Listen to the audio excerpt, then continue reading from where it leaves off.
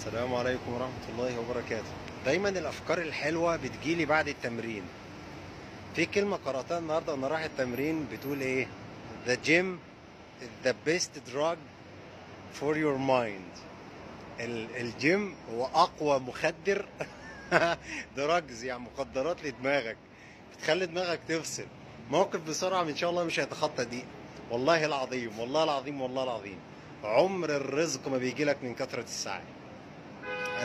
انا عايز اقول لك دي حقيقه انا بحكيها لك، حقيقه واقعيه انا بحكيها لك. عايز اقول لك القريب مني عارف ان انا زنان جدا ولحوح جدا. يعني انت لو عايش معايا وطلبت منك حاجه او عايز اعمل حاجه، انت هتتخنق مني، لان انا عندي بيقولوا له الفولو اب عندك عالي.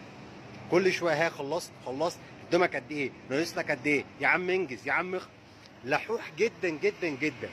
لما جيت تأملت في السنة لقيت ان ربنا بيحب العبد اللحوح، ربنا بيحب العبد الزنان اللي كل شويه يا رب، كل شويه كل شويه كل شويه.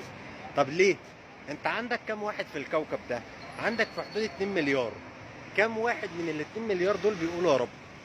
فكر فيها كده، كام واحد في ال 2 مليار اللي بيقول يا رب؟ هتيجي تقول لي كتير جدا، عدد لا يحصى. السؤال بقى، انت ايه اللي يميز صوتك عن صوت الملايين والمليارات اللي بيدعوا ربنا؟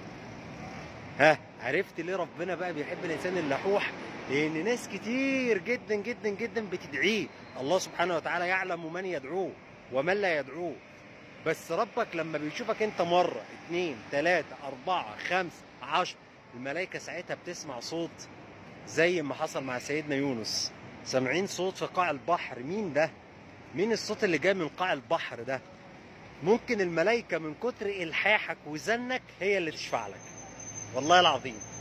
نفس الكلام لما حد يجي يقول لك، حتى في الشغلانه يجي يقول لك ايه اللي يميزك عن غيرك؟ نفس الكلام، ايه اللي يميزك انت في دعائك عن المليارات اللي بتدعي ربنا كل يوم؟ وبعد كل ده تاخد بالاسباب وتصحى بدري وتفضل تسعى وتنحر في قلبك. والله العظيم ده حصل معايا. وعايز اقول لك قعدت يومين مكتئب، يومين والله العظيم مكتئب. ازاي؟ لدرجه ان بقيت اتكلم اقول يا رب، طب انا عملت كل حاجه، انا فعلا انا عملت، يعني ليه دي ما جاتش؟ مش بتاعتك بقى. والله العظيم هو ده، يعني عين الوجع، عين الابتلاء، هو ده العجز. عارف ايه اللي بيألم الانسان؟ مش انه هو ما بيلاقيش الحاجه اللي عايزها، لا، انه هو بيعمل كل حاجه وبياخد بالاسباب ويتوكل على الملك الوهاب، ورغم ذلك ما تجيلوش. يصحى الصبح بدري، يصلي الفجر، يبعت السيفيهات وينزل يمشي في الحر ويروح ويجي ويطلع وينزل ويحرم نفسه مفيش حاجه ما عملهاش، ورغم ذلك ما تجيلكش. سبحان الله. ليه؟ ما اعرفش. مش هتفهم. علشان كده سبحان الله، والله والله مش هيجيلك الا بالتوفيق، ان ربنا يوفقك.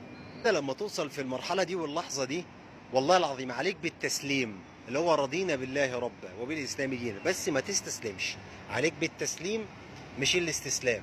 وربك شايفك، قول يا رب انا عملت كل حاجه انت قلت لي عليها، ورغم ذلك انا مش قادر اعمل حاجه. هو ده العجز بقى، اللي هو انك حققت، اخذت بكل اسباب السعي والرزق، ورغما عن ذلك لم ياتك التوفيق. لماذا؟ حكمه بالغه لا يعلمها الا الحكيم الخبير.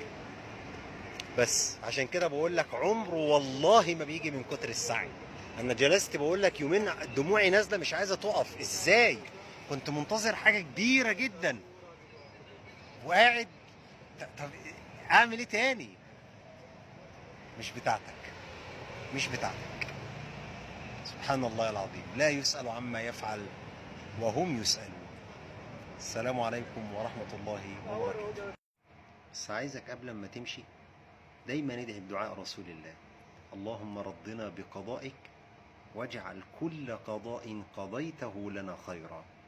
آمين ربنا الكريم.